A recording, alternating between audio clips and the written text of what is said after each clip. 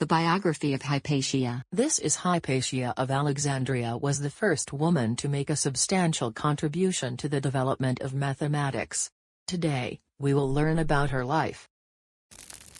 Hypatia was a fortunate child, raised by her father, Theon of Alexandria, who was a teacher of mathematics at the Museum of Alexandria and a keeper of the library in Egypt. He was her tutor and teacher. He trained Hypatia in the fields of arts, literature, science and philosophy. Hypatia was a teacher at the Neoplatonic school of Alexandria. She was loved and admired by her students, and people came from all over the world to hear her lectures. Her students wrote a letter to one of his schoolmates talking about Hypatia, calling her the true and real teacher of the mysteries of philosophy. The Neoplatonic school continued in Alexandria until the Arab invasion. Not only was her mind very forward-thinking, but so was her behavior. Hypatia went against what was thought to be the norm for women's behavior in public. She did not wear the usual women's clothing, but she wore that of scholars or teachers.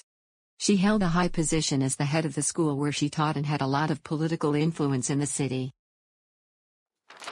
The Library of Alexandria was a bubble of cultural knowledge, where many of the most famous thinkers studied.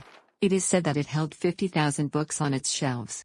Hypatia was happiest when she was in the library, surrounded by texts in mathematics, astronomy, physics, natural sciences and other subjects, including a lot of her father's and her own work. Hypatia became a brilliant public speaker and scholar, and she followed her father on the library's faculty.